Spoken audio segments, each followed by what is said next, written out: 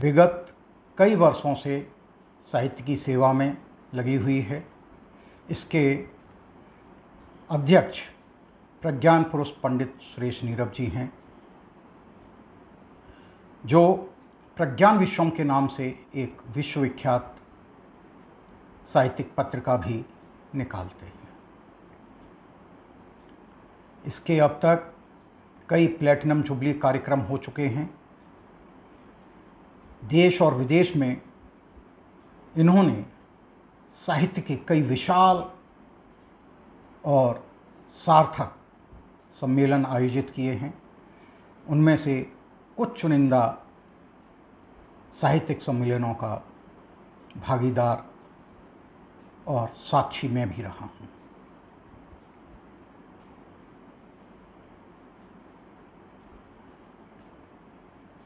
अभी ग्रुप पर कोई दिखाई नहीं दे रहा और प्रज्ञान पुरुष पंडित सुरेश नीरव जी, श्रद्धेय सर, आपका हार्दिक अभिनंदन, स्वागत है। आपके चरणों में वंदन है। ये आपके ही आशीर्वाद से मुझे इस पटल पर पुनः आने का मौका मिला है। आज किसी और को आना था, सुदर्शन शर्मा जी।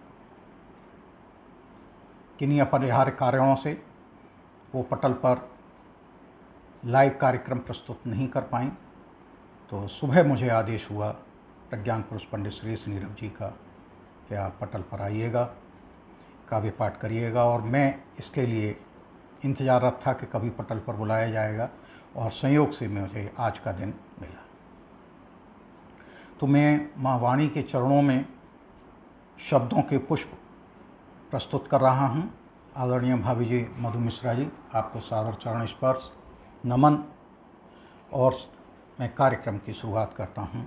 हमारे साथी विद्वान और विदुषी जुड़ते रहेंगे कि ज्ञान दायिनी मात शारदे करिए बेड़ा पार, करो कृपा तम हरो ज्ञान दो, सुन लो करुण पुकार।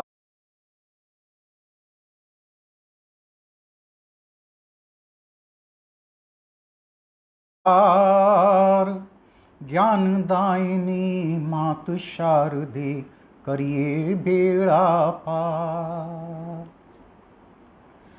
अब माँ सरस्वती के चरणों में उस शब्दों के पुष्प प्रस्तुत हैं, किंतु ये रचना लिखते समय अपने जीवन के 40 साल से अधिक शिक्षा के क्षेत्र में बच्चों के और समाज के बीच में रहते हुए शायद जो मेरा अब इस उम्र पर आकर के अनुभव हो रहा है, हो सकता है कि आप लोगों का भी हो, बहुतों का हो, अपने अपने आप अनुभव होते हैं।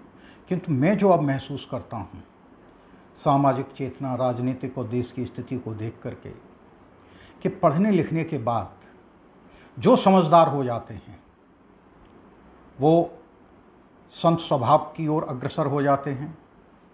किंतु ये भी देखा गया है कि पढ़ने लिखने के बाद कुछ लोग समझदार नहीं होते, शातिर हो जाते हैं।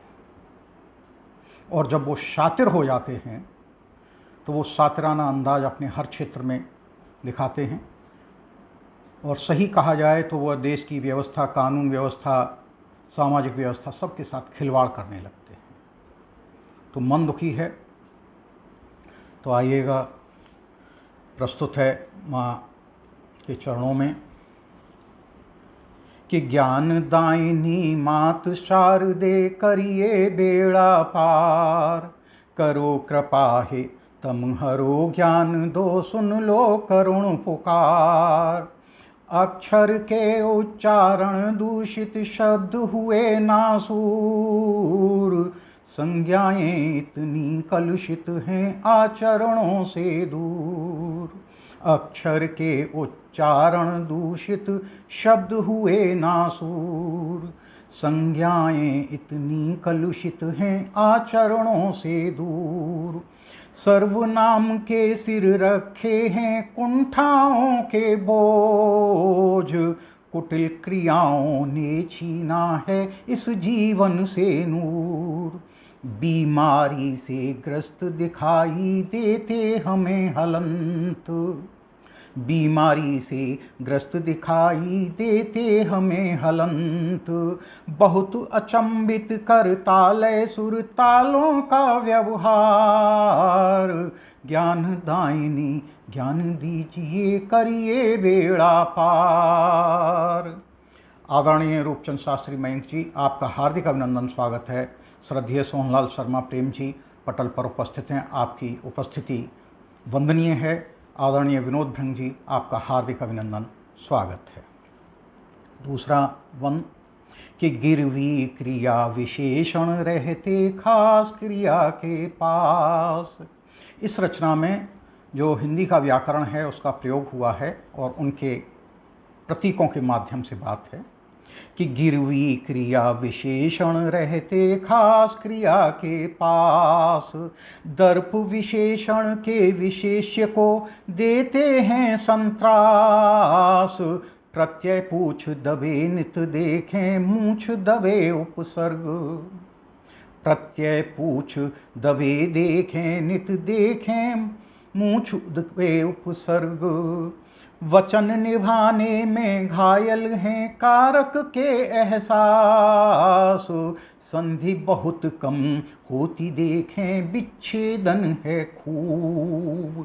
संधि बहुत कम होते देखें विच्छेदन है खूब। वैयक्तिक व्याकरणों से आहत भाषा संसार। ज्ञान दायिनी ज्ञान दीजिए करिए बेड़ा पार। आदरणीय श्री रत्नेश्वर सिंह जी, आपका हार्दिक अभिनंदन, स्वागत है। आदरणीय प्रेमलता नीलम जी, राधा विश जी, आप दोनों बहनों का भी हार्दिक अभिनंदन, स्वागत है पटल पर। कि रस छंदों से विलग हो गए लोक लुभावन गीत। रस छंदों से विलग हो गए लोक लुभावन गीत। लय सुर ताल सभी की बिगड़ी दहशत में संगीत। विध्वंसक बिंबों ने आकर मोहकता दी मार। अलंकार से मुक्त लिखे जाते हैं अब नवगीत। खुशियाँ उपमाहीन दर्द में मिल जाते अनुप्रास। खुशियाँ उपमाहीन दर्द में मिल जाते अनुप्रास। अब समास में आस नहीं कुछ मिलता है प्रतिकार। ज्ञान दायिनी ज्ञान दीजिए करिए बेड़ा पार। करो कृपा तम हरो ज्ञान दो सुन लो करुण पुकार। तो ये एक रचना मेरी माँ सरस्वती के चरणों में थी, शायद आप सभी को पसंद आई हो। इसमें हिंदी के व्याकरण और छंदों मतलब सारे कारकों का और व्याकरण का प्रयोग हुआ था। मैं एक रचना, एक गीत और प्रस्तुत करना चाह रहा हूँ, आप सभी का आदेश हो तो। हम अध्यापकों की एक नेचर है, दिन में कई कापियाँ जांचते हैं। गणित के अध्यापक रहे तो थोड़ा सा मिजाज भी डिफरेंट रहा। फिर तेवरी आंदोलन से जुड़े, तेवरी अपने आप में थ्योरियाँ चढ़ाए हुए है। आदरणीय डॉक्टर अमरेंद्र वर्मा जी, आपका हार्दिक अभिनंदन, स्वागत है। तो एक टीचर कहिएगा या कहिएगा एक साहित्यकार कापियाँ चेक कर रहा है। हम जिंदगी में जरूर नहीं कि बच्चों की ही कापियाँ चेक करते हैं। ये चेकिंग हमारे आपके जीवन में कदम कदम पर हर जगह पे है। परिवार में है, समाज में है, देश में है, नियम कानून में है, और ये बंधन भी जरूरी है। तो देखिएगा कहाँ तक मैं सफल हो पाया हूँ। आज मैं कुछ अपने कॉलेज की लाइफ की भी रचनाएं सुनाऊंगा। एक गीत और प्रस्तुत है आपके समक्ष। कि प्यार की कापी की जब भी नफरतों ने जांच की। प्यार की कापी की जब भी नफरतों ने जांच की। हर सफ़े पर खून है, रिर्चे हैं दिल के कांच की। प्यार की कांपी कि जब भी नफरतों ने जांच की। हर सफ़े पर खून है किरचें हैं दिल के कांच की। रो रहा है आंसुओं से हर नजर का व्याकरण, और घायल हो गया है नीतिगत सब आचरण। घोल कर विष को हवाओं में उठी हैं आंधियां, घोल कर विष को हवाओं में उठी हैं आंधियां। और है मुश्किल बहुत सौहार्द का जीवन मरण, गिर रही चिंगारियां मन पर घृणा की आँच की। गिर रही चिंगारियां मन पर घृणा की आँच की। प्यार की कांपी कि जब भी नफरतों ने जांच की। हर सफ़े पर खून है किरचें हैं दिल के कांच की। चाहतों के चांद तारों पर गिरी हैं बिजलियां, चाहतों के चांद तारों पर गिरी हैं बिजलियां। नीर से संबंध दूभर कह रही हैं मछलियां। चाहतों के चांद तारों पर गिरी हैं बिजलियां। नीर से संबंध दूभर कह रही हैं मछलियां। फूल भंवरों की चमन में वार्ताएं बंद हैं, फूल भंवरों की चमन में वार्ताएं बंद हैं। और घायल हैं सुनहरे पंख वाली तितलियां।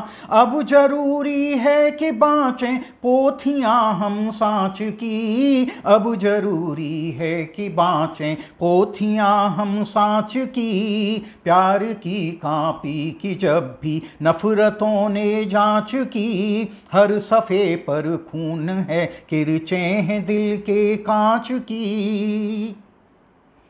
एक बिंब और कि फुनगियों पर पंछियों का चहचहाना बंद है। आदरणीय राखी कटियार जी, आपका हार्दिक अभिनंदन, स्वागत है। दीपचंद गुप्ता जी, आपका हार्दिक अभिनंदन है। डॉक्टर कौशलिन टिंगी जी, आपका हार्दिक अभिनंदन, स्वागत है। और मुझे अभी अन्नदा पाटनी जी नहीं दिखाई दे रही, किंतु वो जो है ज़रूर पटल पे होती हैं, मैं उनका हार्दिक अभिनंदन स्वागत करता हूं। मुझे कमेंट्स नहीं दिखाई दे रहे, किंतु चेहरे और नाम आ रहे हैं।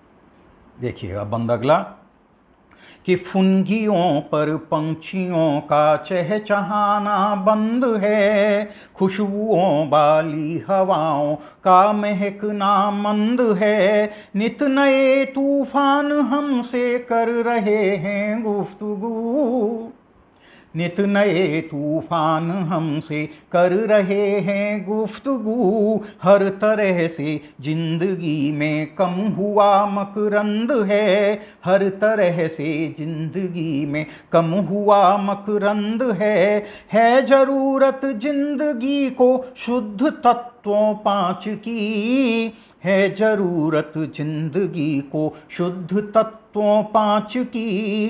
प्यार की कांपी कि जब भी नफरतों ने जांच की। हर सफ़े पर खून है किरचें हैं दिल के कांच की। एक बिंब और उठाया है, ऐतिहासिक है कि हार बैठे पांडु अपनी शान को शमशीर को। जब द्वापर में जुआ हुआ था, द्रौपदी जी को दांव पे लगा दिया था कि हार बैठे पांडु अपनी शान को शमशीर को। है बहुत मुश्किल बयां करना तपन को पीर को। है बहुत मुश्किल बयां करना तपन को पीर को। शकुनि दुर्योधन दुशासन कर रहे हैं मंत्रणा। शकुनि दुर्योधन दुशासन कर रहे हैं मंत्रणा। दांव पर है द्रौपदी कैसे बचाएं चीर को। कौरवों को है जरूरत एक सुदर्शन टांच की। प्यार की कांपी कि जब भी नफरतों ने जांच की, हर सफ़े पर खून है किरचें हैं दिल के कांच की। ये गीत ये कॉलेज लाइफ में मैं जब बीएससी फाइनल ईयर का स्टूडेंट था तब लिखी थी, तो शायद अच्छी लगी हो। उसी दौर की एक रचना और आदरणीय श्री सुभाष सैनी जी, आपका हार्दिक अभिनंदन स्वागत है। संध्या दीक्षित जी, आपका हार्दिक अभिनंदन स्वागत है। सुनीता महेश्वरी जी भी दिखाई दे रही हैं। आप सभी का जो पटल पर हैं, उपस्थित हैं, और जो मुझे नहीं दिखाई दे रहे हैं मुझे माफ़ करेंगे, पर मैं नाम जरूर लूँगा और बाद में जो आपके कमेंट्स होंगे तो मैं उन पर ज़रूर अपनी प्रतिक्रिया व्यक्त करूँगा। एक मुख्यम रचना।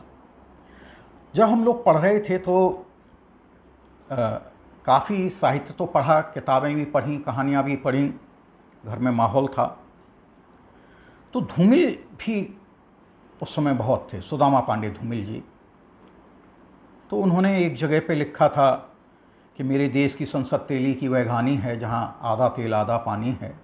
अगर यह बात सच नहीं है तो सच बोलने वाले का बुरा हाल क्यों है। तो इस तरीके की रचना थी। और ऐसे ही उन्होंने लोकतंत्र पे भी बड़ा अच्छा कटाक्ष किया था, व्यंग्यात्मक रचना थी। मोचीराम भी उन्हीं की एक बहुत चर्चित कविता है। क्योंकि एमए हिंदी में पढ़ाई जा रही थी तो मैं एमए हिंदी वगैरह का तो विद्यार्थी नहीं था, पर एक रमेश राज जी से इसकी चर्चा सुनी थी मोचीराम कविता की। उन्होंने इसका जिक्र किया था, फिर सुनाई भी थी। तो हम दर्शन बेजार जी और ये थे, तब पता लगा कि भाई धूमिल जी को भी पढ़ना चाहिए। संसद से सड़क तक उनका संकलन था। तो देखिएगा एक रचना और। शायद आज के संदर्भ में भी मैं ये महसूस करता हूँ कि 40 साल बाद भी ये रचना आज की आज यूँ कि तुम खड़ी हुई है, मन दुखी है। कि घटना हुई सबने देखी, आईनों ने आंखें फोड़ दी। घटना हुई सबने देखी, आईनों ने आंखें फोड़ दी। एक खास फ्रेम में घटनाएं जोड़ दी, गवाही देता कौन, वक्त ने साध लिया मौन। राजा रानी चुप, बेजुबानों का खखारना जारी है। गले में फंसे हुए थूक से दीवारों को गंदा करने पर उच्च स्तर पर राय शुमारी है। आप वर्तमान परिप्रेक्ष्य में टीवी पर, जगह जगह पर, समाज में भी चलते फिरते भी बहस के मुद्दे और उनके शब्द, अर्थ और प्रश्न, इन तीनों पर चर्चा करें तो माथा भिन्ना जाता है कि भाई हम कहाँ जा रहे हैं। राजा रानी चुप, बेजुबानों का खखारना जारी है। गले में फंसे हुए थूक से दीवारों को गंदा करने पर उच्च स्तर पर राय शुमारी है। सड़क साफ है किंतु जहनों में भरी गंदगी के साथ लोकतंत्र के तंत्र में जीने की दुश्वारी है। बेजुबानों का खखारना जारी है। चोरों के खिलाफ गवाही, चोरों के खिलाफ गवाही, चोरों की पैरोकारी है। न्याय क्या खाक होगा जब अन्याय से वफादारी है। मुंसिफ दरबारी है, किसी खास झंडे को थामे लोग झंडे के रंग, ढंग और डंडे पर तबसरा करेंगे। सही गलत से उन्हें क्या लेना, सही गलत से उन्हें क्या लेना। अपनी बातों पर अड़ेंगे, चाहे गलत हों, गलत के लिए लड़ेंगे। यह क्रम सदियों से चला आया है, पता नहीं क्यों सत्य को स्वयं सिद्ध करना पड़ा है। झूठ सड़क से संसद तक कहर बरपाए तना खड़ा है। किलों की बुनियाद हिली है, मेहराब और गुंबद औंधे मुंह पड़ा है। मेहराब और गुंबद औंधे मुंह पड़ा है। घटना हुई सबने देखी, आईनों ने आंखें फोड़ दी और एक खास फ्रेम में घटनाएं जोड़ दी। गवाही देता कौन, वक्त ने साध लिया। तो ये एक रचना उस दौर की थी। शशि प्रेमजी आदरणीय, आपका हार्दिक अभिनंदन स्वागत है। आदरणीय श्री प्रकाश गुप्ता जी, आपका हार्दिक अभिनंदन स्वागत है। लक्ष्मी रामानुजम लक्ष्मी बाला जी, आपका हार्दिक अभिनंदन स्वागत है। वंदना शैलेश जी आदरणीय, आपका हार्दिक अभिनंदन स्वागत करता हूं मैं। और इसी परिप्रेक्ष्य में मैं एक तो बड़ा पुरानी जीर्ण शीर्ण हो गई है ये डायरी है, उस समय की कॉलेज की लाइफ की आपको दिखाऊं तो इसके ऊपर की डायरी को तो मतलब कवर का तो अता पता नहीं रहा, पर मैं इसमें से कुछ एक आज रचनाएं देना चाहता हूं। मन दुखी है, पिछले कुछ समय से कर भी कुछ नहीं सकते, सिर्फ अपने आप को परेशान करने के अलावा। तो दोस्तों सावधान हो जाओ, दोस्तों सावधान हो जाओ। यह देश सत्य और अहिंसा का नहीं, बापू का है। यहाँ सत्य अहिंसा का लवादा ओढ़ लोग आगे बढ़ते हैं, ऊंचाइयाँ चढ़ते हैं। एक निश्चित ऊंचाई तक चढ़ने के बाद वे सोचते हैं कि कैसे इस ऊंचाई को बनाए रखा जाए और जो दबा हुआ है उसे और दबाया जाए, जो दबा हुआ है उसे और दबाया जाए। पिछले दिनों आंदोलन हुआ, भाई जो कमज़ोर है उसको और दबाया जा रहा है, जो मलाई खा गए खा गए। कैसे इस ऊंचाई को बनाए रखा जाए, जो दबा हुआ है उसे और दबाए रखा जाए। ऊंचाई बनाए रखने और दूसरों को दबाए रखने में वे कुछ भी कर सकते हैं। मसलन आपकी दुखती रग को दबा सकते हैं, फुंसी सी समस्या को फोड़े सा पका सकते हैं और फिर कथित ऑपरेशन का नाम लेकर घाव को सड़ा सकते हैं। इतना ही नहीं, घाव सड़ा है या नहीं इसको बहस का मुद्दा बना आपको लड़ा सकते हैं। आप बुद्धिमान हैं, अतः बहस में उलझ जाएंगे, अपने अपने हिसाब से अपने अपने खानों में बट जाएंगे, दायरों में सिमट जाएंगे, पर सच को सच नहीं कह पाएंगे। इनकलाब की बात करते करते अपने खानों में खड़े हुए आप कभी जिंदाबाद तो कभी मुर्दाबाद के नारे लगाएंगे, आप कुछ नहीं कर पाएंगे। सच फिर आत्महत्या कर लेगा। सच आत्महत्या न करे इसके पूर्व मैं तुम्हें बता देना चाहता हूं कि कुछ चीज़ें बहस का मुद्दा नहीं होती, कुछ चीज़ें बहस का मुद्दा नहीं होती और ना ही उन पर बहस की जा सकती है। मसलन सूर्य का उगना, रात का होना, कलियों का खिलना, पंछियों का चहचहाना और पेड़ों का हरापन बहस का मुद्दा नहीं होते। बहस हर चीज़ पर नहीं होती उन पर बहस। मसलन सूर्य का उगना, रात का होना, कलियों का खिलना, पंछियों का चहचहाना और पेड़ों का हरापन बहस का मुद्दा नहीं होते। बहस का मुद्दा होते हैं सूर्य का भरी दोपहरी में छुप जाना, सूर्य का भरी दोपहरी में छुप जाना, सुनसान रात में जब सारे शहर गांव सो रहे हों, अचानक किसी का चीख उठना, कलियों का खिलने से पूर्व ही मुरझा जाना, पंछियों का खामोश हो जाना और पेड़ों की हरियाली का खो जाना, ये बहस के मुद्दे होते हैं। अतः बहस और बहस के मुद्दों को समझो। जबकि बहस प्रश्नों पे हो रही है, मैं उनके अर्थों पर बहस करना चाहता हूं। अब जबकि सत्य समय और शक्ति के सापेक्ष होता है, सत्य को आत्महत्या करने से बचाओ पूरी ताकत के साथ, अन्यथा आने वाली पीढ़ियां माफ नहीं करेंगी। ये भी मेरी कॉलेज लाइफ की एक रचना है। आदरणीय मोहिनी पांडे जी, सादर नमन, आपका हार्दिक अभिनंदन है। मधुलिका सिंह जी, आपका हार्दिक अभिनंदन, स्वागत है। ममता सिंह जी, आपका सभी का हार्दिक अभिनंदन, स्वागत है। और पटल पर बने रहिएगा। निश्चित तौर पर कुछ ना कुछ मैंने जो कहा है कि मानवीय संवेदनाओं को, सामाजिक सरोकारों से राष्ट्रीय चेतना, चिंतना और चिंतन और चिंता, ये सब रचनाओं के माध्यम से आप लोगों के बीच में मैं रहूँगा। साहित्यकार का धर्म होता है कि वो सामूहिक हित की बात करे, ये किसी सत्ता का या किसी व्यक्ति विशेष और वर्ग विशेष का गुलाम नहीं होता, और यदि कोई होता है तो वो साहित्यकार नहीं होता। एक और रचना, मोक्षण नहीं। आसमां में चांद कल भी निकला था, आज भी निकला है। सूरज ने सुनहरी रश्मियां आज भी छितराई हैं। पंखियों का कलरव आज भी सुना है मैंने, मुर्गों ने आज भी बांग लगाई है।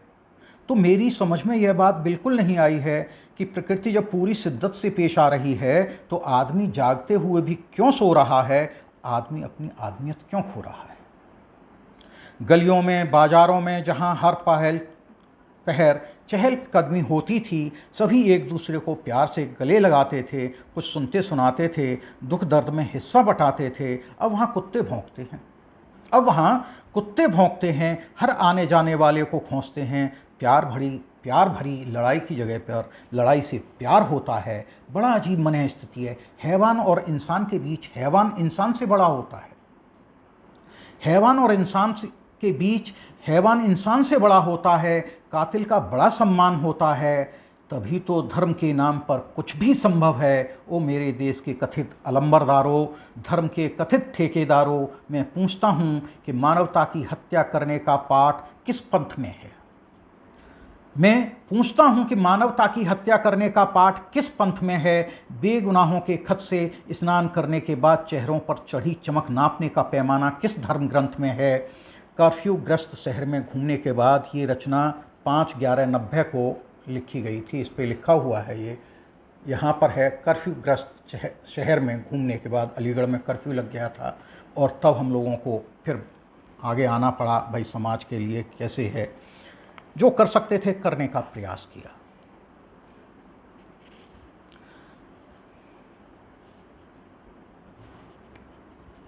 ये एक रचना आप लोगों के समक्ष प्रस्तुत की, एक और रचना। गुल से खुशबू हुई है फना दोस्तों। आदरणीय राजेश प्रभाकर जी, आपका हार्दिक अभिनंदन, स्वागत है। अमीना खातून जी, उसी दौर की एक और रचना।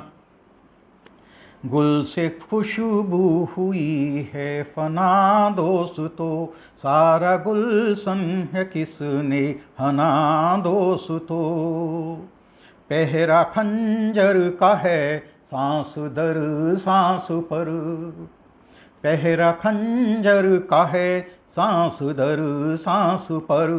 सहमा सहमा सा रहता है हर आदमी, दिल से दिल को मिलाने की क्या बात हो। हाथ जो भी मिला खून सना दोस्तों, गाँव दर गाँव की ये कहानी मिली। पीर में डूबती हर जवानी मिली, एक मुद्दत से कोई हंसा ही नहीं। दर्द का जब से पर छना दोस्तों, उनसे लड़ने की ताकत है भगवान दो। जिन पे इल्जाम है सत्य के कत्ल का, युद्ध में कोई अपना पराया नहीं।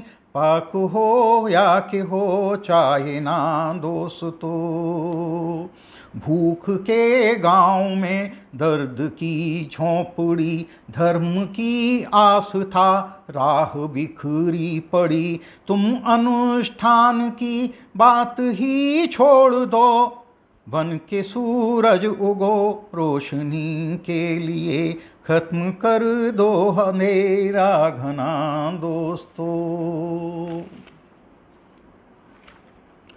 ये कुछ एक रचनाएं आप लोगों के समक्ष थीं। आदरणीय संगीता चौबे पांकुरी जी, आपका हार्दिक अभिनंदन, स्वागत है। आदरणीय उमा गुप्ता जी, हार्दिक अभिनंदन, स्वागत है। सुरेंद्र कुमार सैनी जी, आपका हार्दिक अभिनंदन, स्वागत है। मैं प्रज्ञान पुरुष पंडित सुरेश नीरव जी के चरणों में पुनः वंदन करता हूँ, चरण स्पर्श करता हूँ कि इस पटल के माध्यम से वो समाज की, देश की कई विचारधाराओं को और उनको ला करके बड़ी संप्रेषणशीलता के साथ, बड़ी सहजता के साथ पूरे देश की जो सेवा करवा रहे हैं और कर रहे हैं। हम लोगों का तो गिलहरी प्रयास है, किंतु निश्चित तौर पर वो हमारे प्रमुख हैं, नेता ही हैं। एक रचना और, बेचैन है हर लम्हा कुछ पल तो करार आए, दर्दों के पहाड़ों में थोड़ी तो दरार आए। बेचैन है हर लम्हा कुछ पल तो करार आए, बेचैन है हर लम्हा कुछ पल तो करार आए। जीवन के बगीचे में दर्दों के पहाड़ों में थोड़ी तो दरार आए। होठों पे गुलाबों सी मुस्कान सदा खेले, जीवन के बगीचे में इतनी तो बहार आए। रो रो के छुपा ले मुँह ममता भरे आंचल में, रो रो के छुपा ले मुँह ममता भरे आंचल में। रूठे हुए बच्चों पर इतना तो दुलार आए, दुनिया में अंधेरों को हर से परमात्म मिले, एक सूर्य के छुपने पर दियों की कतार आए। ये उसी दौर की रचनाएं हैं, तेवरी हैं सारी। बीमार है ये बस्ती, राहत की दवा दे दो। आदरणीय भाई साहब दर्शन बेजार जी, आपका हार्दिक अभिनंदन, स्वागत है। मैं सोच रहा था कि आपकी उपस्थिति होती तो मैं कुछ रचनाएं उसी दौर की सुना रहा हूँ। कुछ एक रचनाएं निकल चुकी हैं, देखिएगा अब आपकी पसंदीदा तेवरियों में से एक दो तेवरी। कि बीमार है ये बस्ती, राहत की दवा दे दो, सुख चैन मिले सबको, इतनी तो दुआ दे दो। जब सोच सुलगते हों, बदलाव जरूरी हो, हालात को काबू कर शोलों को हवा दे दो। बीमार है ये बस्ती, राहत की दवा दे दो, सुख चैन मिले कुछ तो, इतनी तो दुआ दे दो। गुल गुल से मुखातिब हैं, कांटों में है सरगोशी, गुल गुल से मुखातिब हैं, कांटों में है सरगोशी। गुलशन न उजड़ जाए, बहशी को सजा दे दो। बीमार है ये बस्ती, राहत की दवा दे दो। हर शाख पे पत्ता हो, फल फूल खिले सबको, हर शाख पे पत्ता हो, फल फूल मिले सबको। जरखेज जमीनों को बीजों का पता दे दो, जरखेज जमीनों को बीजों का पता दे दो। ये एक रचना थी, बहुत रचनाएं अब इस समय आज बाई चांस डायरी निकाल ही ली थी, तो उसमें से कुछ एक रचनाएं। ऐसे ही एक बार जब कॉलेज में पढ़ ही रहे थे तो कहा कि भाई उद्देश्य क्या है, कैसे हैं आप, व्यक्तित्व को कैसे देखते हैं, किसी व्यक्ति के बारे में आप कैसे अवधारणा रखते हैं, आपका एक सोच कंसेप्ट क्लियर होना चाहिए। तो ये प्रश्न भी विद्वान आदमी ही कर सकता है और उनसे ही कर सकता है कि जो इसके प्रश्न के उत्तर को देने के लायक हों। तो ये हमसे प्रोफेसर साहब ने पूछा था कि आप क्या सोचते हो। तो एक और रचना ध्यान चाहूँगा, तेवरी है। जो फूल उगाते हैं कांटों भरी दुनिया में, वे पूजे जाते हैं कांटों भरी दुनिया में।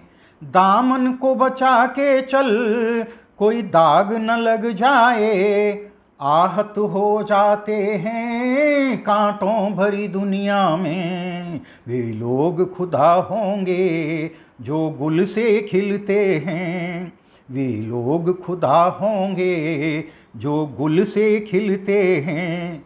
खुशबू बन जाते हैं कांटों भरी दुनिया में।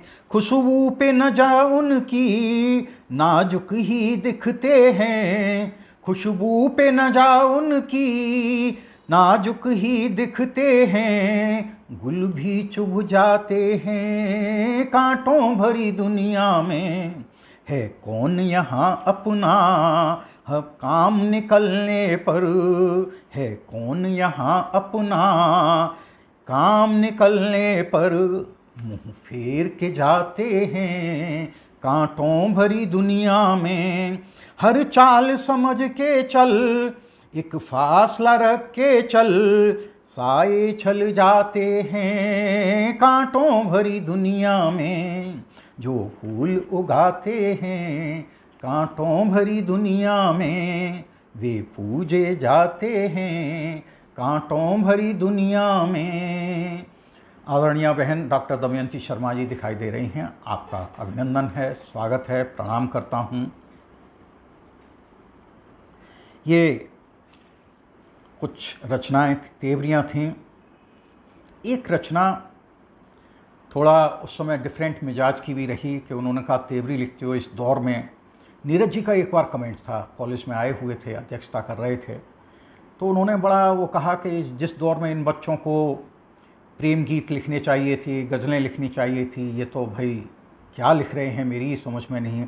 मतलब उन्होंने अच्छा तो लगा, पर उन्होंने ये भी कहा कि नहीं भाई, थोड़ा कोमल हृदय भी होना चाहिए, हर समय आंदोलनरत नहीं। तो उस दौर में एक और,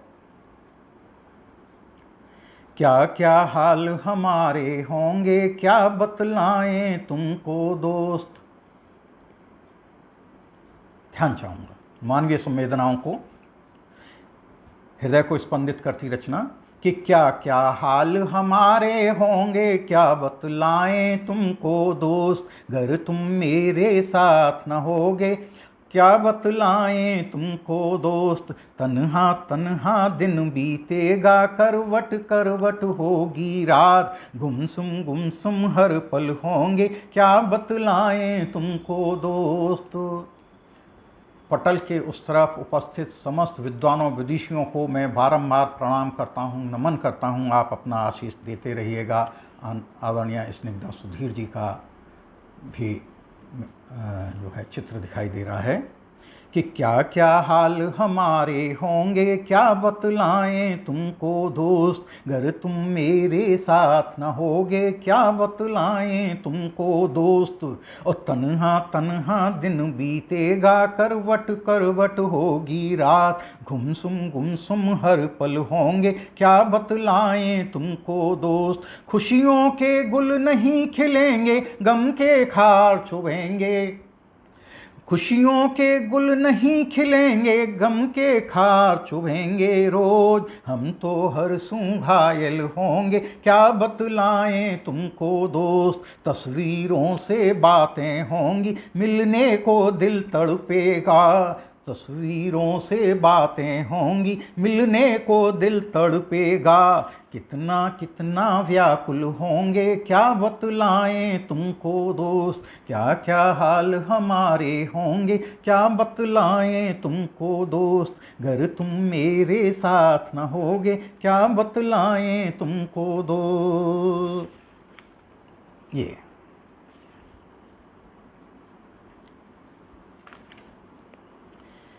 एक और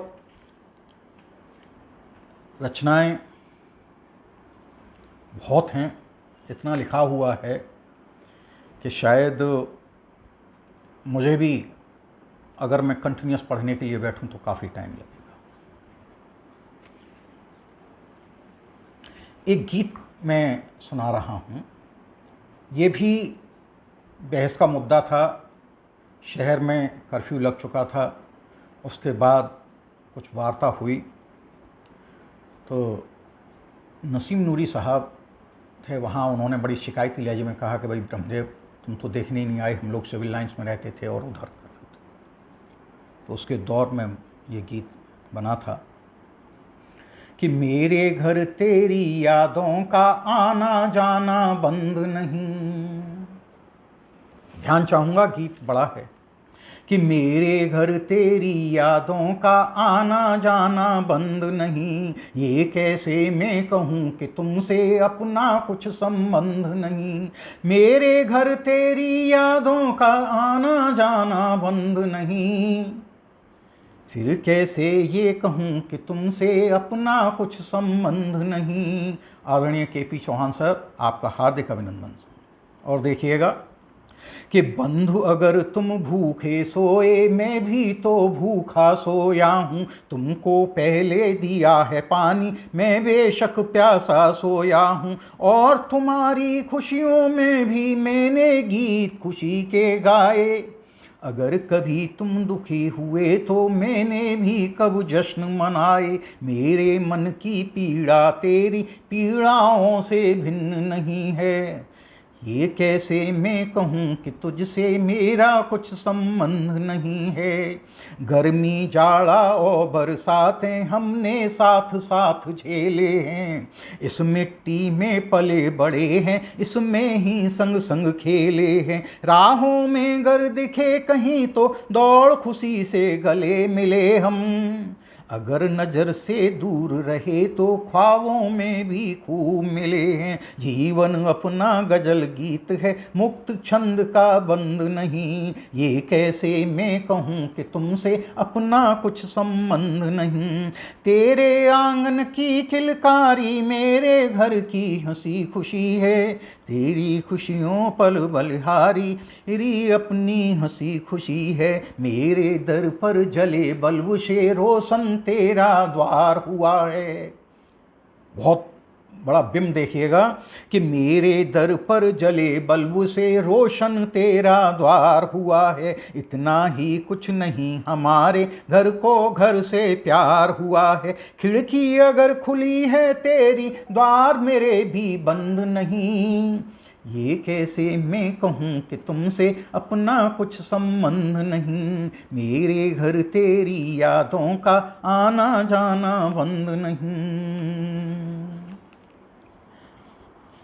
आदरणीय श्री प्रकाश नागौरी जी, आपका हार्दिक अभिनंदन स्वागत है। प्रीति सिन्हा जी, आपका स्वागत है। अरविंद श्रीवास्तव जी, आपका हार्दिक अभिनंदन स्वागत है।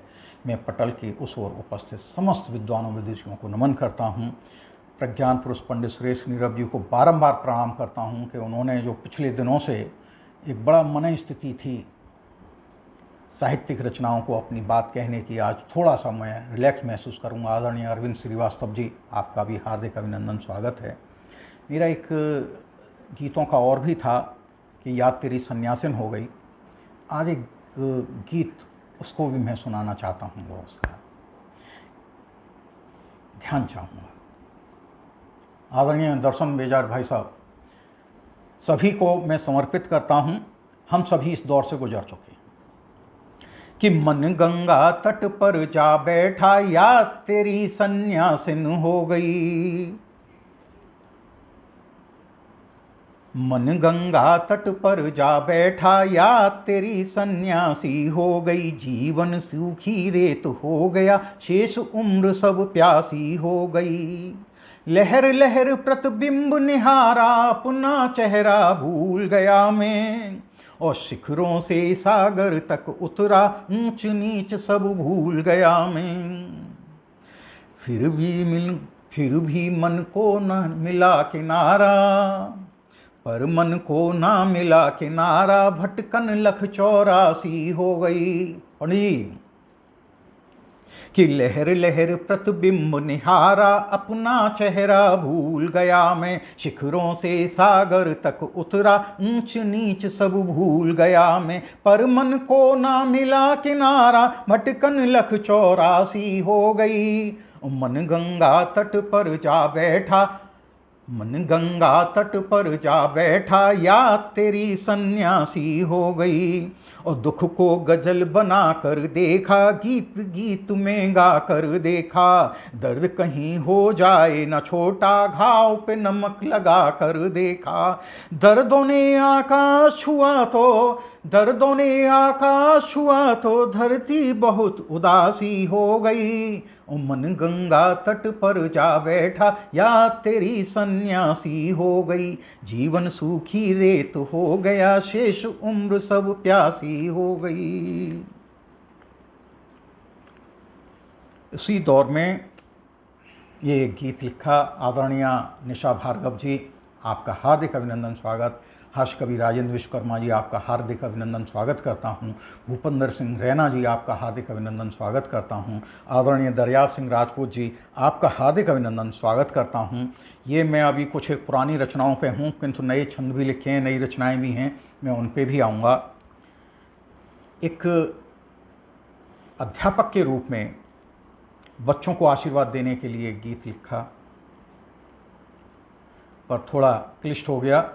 पर देखिए, है बाल गीत ही कि गुलबनों में को चमन में शुद्धता हो आचरण में। गुलबनों में को चमन में शुद्धता हो आचरण में। जब मैं बच्चों के साथ में एड्रेस कर रहा हूँ या कोई भी कार्यक्रम है, तो बच्चे इसको गुनगुनाने लगते थे साथ में। और उनके में अभी तक जितने पढ़ाए हुए बच्चे हैं, मुझे कोई भी बच्चा ऐसा नहीं लगा या ऐसा कोई नहीं मिला अभी तक और ना किसी के बारे में ये सुना गया कि उन्होंने कभी कोई गलती की हो। समाज में वो हो सकता है कि आर्थिक स्तर पर पायदानों पे ऊपर नीचे हों, किंतु ये मुझे इस बात की संतुष्टि है कि हमारे पढ़ाए हुए बच्चे ठीक हैं। और मैं गणित का अध्यापक था। मैं अपने बारे में भी बता दूं कि मैं जिस भी किसी विद्यालय में रहा, जब भी कभी सेशन शुरू होता था तो मैं ये कहता था कि जिस क्लास को, जिन बच्चों को मैं पढ़ा रहा हूँ, वो बच्चे बाहर ट्यूशन नहीं जाएं। पेरेंट्स को मैं बुला के कहता था कि भाई पैसे ज़्यादा हैं तो इन बच्चों को दूध पिलाओ, इनके शरीर पर ध्यान दो। ये जिम्मेवारी मेरी है गणित की, विज्ञान की, और कोई भी समस्या हो मैं उस पर बात कर सकता हूँ। तो इस तरीके का थोड़ा जीवन रहा और बच्चे भी आज भी बहुत लाइक करते हैं, समझदारी है उनमें। देखिएगा कि गुल बनो महको चमन में, गुल बनो महको चमन में, शुद्धता हो आचरण में, मंजिलों की ओर बढ़ते धूप से व्याकुल हर एक को, वृक्ष बन कर छांव दो तुम राह में थकते पथिक को, गुल बनो महको चमन में, शुद्धता हो आचरण में। इस तरह के भाव जागृत तुम करो अंतःकरण में, इस तरह के भाव जागृत तुम करो अंतःकरण में, गुल बनो महको चमन में, शुद्धता हो आचरण में। नफरतों की आग में झुलसे हुए संसार को, नेह के बादल बनो तुम प्यार की बौछार दो, आंधियां उठने न दो तुम, आंधियां उठने न दो तुम, द्वेष की अपने वतन में, गुल बनो महको चमन में, शुद्धता हो आचरण में। तुम दिए की लो सरीखे रोशनी पग पग पे वारो, तुम दिए की लो सरीखे रोशनी पग पग पे वारो, और अपने आप को तुम चांद सूरज सा समारो।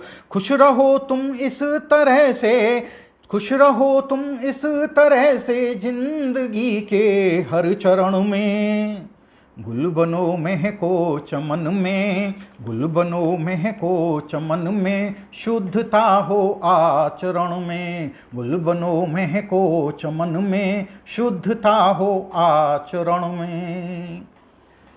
तो इस रचना के बारे में कुछ लोगों ने तो कहा था कि इसको स्कूल की प्रेयर के रूप में ढाल दिया जाए, पर ये अधिकारियों के उनकी बातें हैं, उनको क्या तय करना है क्या नहीं करना है, कौन लोग वहाँ बैठे हुए हैं, ये उनकी बात है।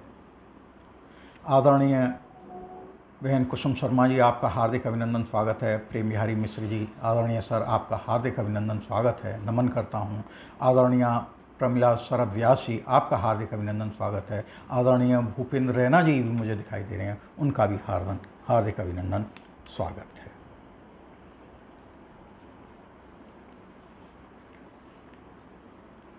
एक कुछ और, मन हमारा सूर्य को छूने की कोशिश में, मन हमारा सूर्य को छूने की कोशिश में रोज संपाती सा अपने पर जलाता है। मन हमारा सूर्य को छूने की कोशिश में रोज संपाती सा अपने पर जलाता है, एक मुरझाया हुआ चेहरा लिए बच्चा आग को हाथों में लेकर खिलखिलाता है। एक मुरझाया हुआ चेहरा लिए बच्चा आग को हाथों में लेकर खिलखिलाता है। आंधियों में टिमटिमाता एक छोटा दीप हौसले से जिंदगी जीना सिखाता है, और हाथ में पुस्तक लिए और खाओ में रोटी एक बच्चा देश का नक्शा बनाता है। एक बच्चा देश का नक्शा बनाता है। ये भी हमारी एजुकेशन सिस्टम की चीज़ है कि मन हमारा सूर्य को छूने की कोशिश में रोज संपाती सा अपने पर जलाता है, और हाथ में पुस्तक लिए और खाओ में रोटी एक बच्चा देश का नक्शा बनाता है।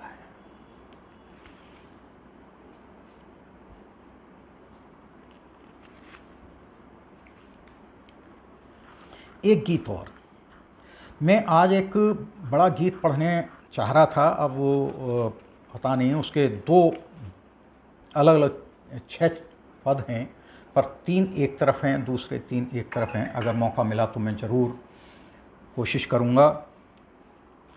एक अपनी मन स्थिति, जो बात अभी कुछ समय पहले कही थी कि आप जो है प्रेम पर, हास्य पर, उन पर कैसे, अब इन परिस्थितियों पे कौन हंसेगा।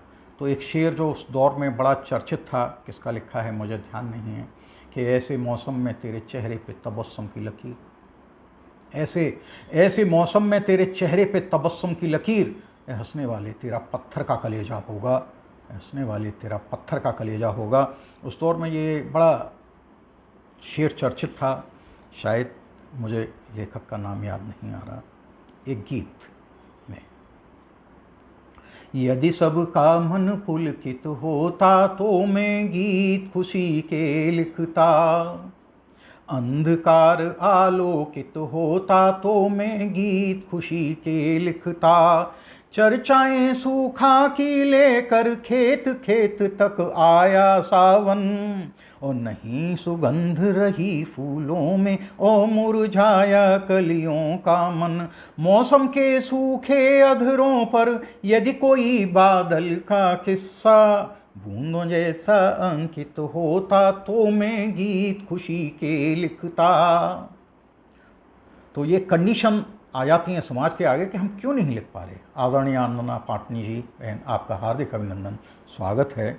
कि चर्चाएं सूखा की लेकर खेत खेत तक आया सावन, नहीं सुगंध रही फूलों में और मुरझाया कलियों का मन, मौसम के सूखे अधरों पर यदि कोई बादल का किस्सा बूंदों जैसा अंकित होता तो मैं गीत खुशी के लिखता, फूल फूल का मन आहत है, टहनी टहनी का तन घायल, आज पपीहा गुमसुम सा है, कूक नहीं पाती है कोयल, चकनाचूर हुए जाते हैं माली की आंखों के सपने, यदि बसंत प्रतिबिंबित होता तो मैं गीत खुशी के लिखता, वही व्यथा रोटी की अब भी गाती हैं निर्धन की आंतें, आज भी गरीबी मिटाओ गरीबी हटाओ, 80 करोड़ लोगों को 5 किलो पर हेड अनाज। तो सोचने वाली बात है कि वही व्यथा रोटी की अब भी गाती हैं निर्धन की आंतें, अधर अधर पर उबर रही हैं अब भी आदिम युग की बातें, यहाँ नहीं तो और कहीं पर लगते खुशियों के कुछ मेले, यदि कोई भी हर्षित होता तो मैं गीत खुशी के लिखता, लोगों की गर्दन नापे है धर्म के कट्टरपन का फीता, सांस सांस को आज दबोचे नफरत और घृणा का चीता, गली गली में उभर रहा है मन का चीतकारमय क्रंदन, प्रेम यहाँ यदि चर्चित होता तो मैं गीत खुशी के लिखता, अंधकार आलोकित होता तो मैं गीत खुशी के लिखता, यदि सबका मन पुलकित होता तो मैं गीत खुशी के लिखता। आदरणीय आभा मेहता जी, आपका हार्दिक अभिनंदन। पटल पर उपस्थित समस्त विद्वानों विदुषियों को मैं बारंबार प्रणाम कर रहा हूँ। मुझे कमेंट्स तो नहीं दिखाई दे रहे, किंतु आपकी उपस्थिति जरूर दिखाई दे रही है। अब एक चाहत थी कि भाई आखिरकार चाहते क्या हो। ये रचनाएं प्रश्न के बाद में प्रत्युत्तर में लिखी हुई हैं कि मैं एक ऐसा चेहरा चाहूं जो चेहरा नूरानी हो, मैं एक ऐसा चेहरा चाहूं जो चेहरा नूरानी हो, झील सी गहरी आंखें हो, प्यार का उनमें पानी हो। ये थोड़ा बीच में जहां तेवर भी हैं, सारी की सारी बातें हैं, तो मन भी स्पंदित तो होगा, स्वाभाविक बात है। समाज है, परिवार है। मैं इस बात को कहते कहते एक बात कहना चाहता हूँ कि प्रेम के ऊपर बहुत कुछ लिखा गया है और आज भी गज़ल में लिखते हैं। और आज भी मुझे लगता है कि जब मुशायरों में कभी सुनने के लिए जाता था, 80-80 साल का वो महिलाओं पे और उनको नायिकाओं पर चित्रण कर रहे हैं कुछ इस तरीके की, तो वो हमें अच्छी नहीं लगती थी। प्रेम दादी है, नानी है, दादा दादी, परिवार है, सब कुछ है। प्रेम अलग से क्या होता है? जब इन सब के बीच के प्रेम में से ही जो प्रेम हमें मिलता है वही प्रेम आगे बढ़ जाता है। प्रस्फुटित होता है, प्रफुल्लित होता है। किसी एक के प्रेम के लिए तमाम लोगों के दिए हुए प्रेम और प्यार को जो लात मार करके ठुकरा के चल देते हैं और जैसे कथित प्रेम का नाम देते हैं साहब, तो वो हमें न तब स्वीकार था, न आज स्वीकार है, और शायद भविष्य में किसी भी योनि में हो शायद तब भी नहीं स्वीकार हो। तो आदरणीय बबीता प्रसाद प्राची जी, आपका हार्दिक अभिनंदन, स्वागत है। सरोज शर्मा जी, आदरणीय डॉक्टर संतोष संप्रीति जी, आपका हार्दिक अभिनंदन, स्वागत है। तो उस समय भी यही बात थी कि मैं एक ऐसा चेहरा चाहूं जो चेहरा नूरानी हो, झील सी गहरी आंखें हों, प्यार का उनमें पानी हो, जैसे गुल में गंध रहे हैं वैसे हम वो रहें सदा, प्यार की बस्ती में भी अपनी कोई प्रेम कहानी हो, जैसे भंवरा मिले कली से वैसे उससे मिलना हो, मैं भंवरों का राजकुमार तो वो कलियों की रानी हो, मैं एक ऐसा चेहरा चाहूं जो चेहरा नूरानी हो। पढ़ते पढ़ते तमाम बातों को समझते हुए तमाम ऋषि मुनियों को, तो चार प्रमुख धर्म की बहुत सी बातें आती हैं। ओशो ने भी कहीं पे लिखा है, कहीं पे कोई बात कही है कि चार प्रमुख धर्माचार्य रहे हैं, मैं भी उन्हें मानता हूं। कृष्ण, पतंजलि, गोरखनाथ और बुद्ध, ये जीवन दर्शन देते हैं। गोरख संत परंपरा के महान व्यक्ति हैं, पतंजलि योग साधना के, उनमें पूरी योग की संभावनाएं हैं। बुद्ध ध्यान की ओर हमें आकर्षित करते हैं, ध्यान की आधारशिला में ले जाते हैं। और कृष्ण प्रेम की अभिव्यक्ति हैं। कृष्ण की बात आ रही है तो मैं अभी लिखे हुए कुछ एक क्षण जरूर करूँगा। परसों जन्माष्टमी होकर के चुकी है। एक मुक्तक देखिएगा। भूख के गांव में दर्द की झोंपड़ी। आदरणीय श्रद्धेय नरेंद्र शर्मा खामोशी, आपका हार्दिक अभिनंदन, स्वागत है। कि भूख के गांव में दर्द की झोंपड़ी, भूख के गांव में दर्द की झोंपड़ी, धर्म की आस था राह बिखरी पड़ी। भूख के गांव में दर्द की झोंपड़ी, धर्म की आस था राह बिखरी पड़ी। अब अनुष्ठान की तुम अनुष्ठान की बात तुम छोड़ दो। अब अनुष्ठान की बात तुम छोड़ दो। गम की बरसात है, दुख की है हर घड़ी, भूख के गांव में।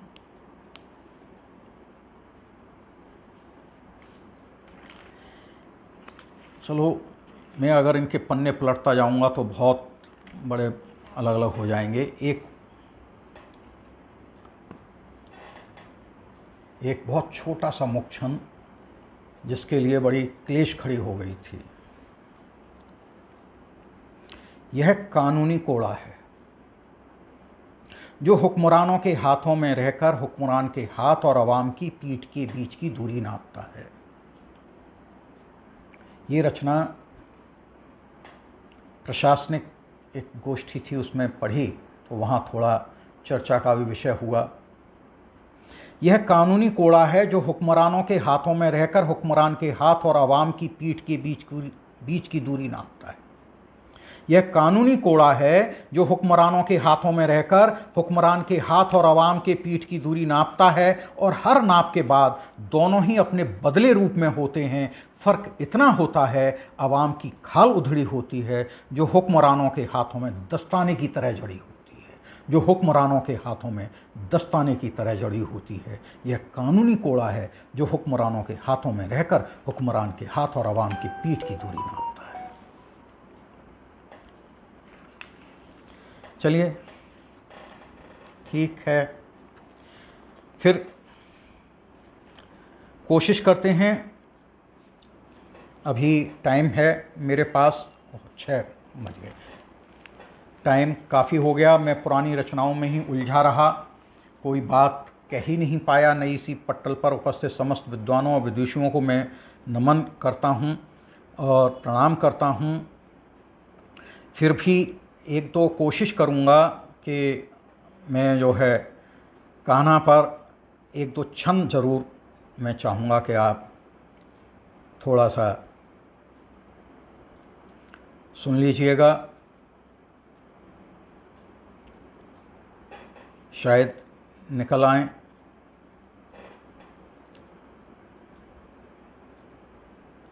मैं थोड़ा टाइम जरूर, वैसे काफ़ी कुछ हो गया। एक दो छंद कि बांसुरी कृष्ण के मथुरा से द्वारका के बीच तक में जो उनके व्यक्तित्व में बदलाव आए हैं, जहाँ यहाँ प्रेम के रहे हैं और वहाँ जाकर के तो उसी परिप्रेक्ष्य में कई एक छंद लिखे गए। ध्यान चाहूँगा कि बांसुरी बजाई कहीं बांसु भी बजाना पड़ा, मथुरा से द्वारका सफर कष्टकारी है। और प्रेम का पढ़ाया पाठ युद्ध भी बताया सही, धर्म की रक्षार्थ उठो कहे चक्रधारी है। अपने पर आए सभी स्वार्थ की तुला तुले हैं, अपने पर आए सभी स्वार्थ की तुला तुले हैं। कर्म की प्रधानता ही सर्वहितकारी है, और झूठ और झूठन को जिंदगी ते दूर रखो, ही ते लगे वही जो सही संस्कारी है। और आधुनिक परिवेश में द्वापर युग में अगर हैं तो कलयुग में क्या हो गया है कि तर्कहीन हुए ग्वाल बाल कल युग के, कान्हा को कसौटी पे चढ़ावन लगे हैं। आजकल प्रश्न बहुत उठाने लगे हैं धार्मिक आस्थाओं पर, उनके व्यक्तित्वों पर, और बड़ा चरित्र को हनन करने की जो प्रक्रिया और प्रयास चलता रहता है। आदरणीय उमानाथ त्रिपाठी जी, हार्दिक अभिनंदन, स्वागत है। अनिल मीत जी, नमस्कार सर, प्रणाम। कि तर्कहीन हुए ग्वाल बाल कल युग के, कान्हा को कसौटी पे चढ़ावन लगे हैं। नास्तिक अलापे राग अपनो अलग सु, प्रश्न आस्थाओं पे लगावन लगे हैं। पूतना कालिया व कंस जैसे चित्त वाले, पूतना कालिया व कंस जैसे चित्त वाले लोग शीश फिर से उठावन लगे हैं। घोर कल युग का बताएं कान्हा आपको, सच्चे भी सच्चाई को छुपावन लगे हैं। कोयल पपीहा पशु पक्षी दुखी हैं बहुत, काँव काँव सुन मोर कांपन लगे हैं। गीदड़ों की हुआ हुआ गूंजे उपवन में, सियार अब सिंहों को डरावन लगे हैं। बात बे बात लड़े ग्वाल बाल आपस में, एक दूसरे को ही छकावन लगे हैं। साथ नहीं भावे एक दूसरे को, आजकल दूर ते ही रिश्ते निभावन लगे हैं। और त्राहे त्राहे कर रहे इंद्रप्रस्थ के निवासी, दुष्टों के कर्म अब फिरावन लगे हैं। त्राहे त्राहे कर रहे इंद्रप्रस्थ के निवासी, दुष्टों के कर्म अब फिरावन लगे हैं। मौका ताड़ते ही क्रूरता की हद पार कर, दानव दुशासन सतावन लगे हैं। कृष्ण की कलाएं सारे जग में प्रसिद्ध, किंतु आधुनिक युग में पुरातन लगे हैं। कृष्ण की कलाएं सारे जग में प्रसिद्ध, किंतु आधुनिक युग में पुरातन लगे हैं। विनती सुनो हमारे जन्म लो पुण्य कनाई, भारत वंशी तुम पुकारन लगे हैं। मैं इन्हीं के साथ थोड़ा वाणी को विराम दूंगा, काफ़ी समय ले लिया।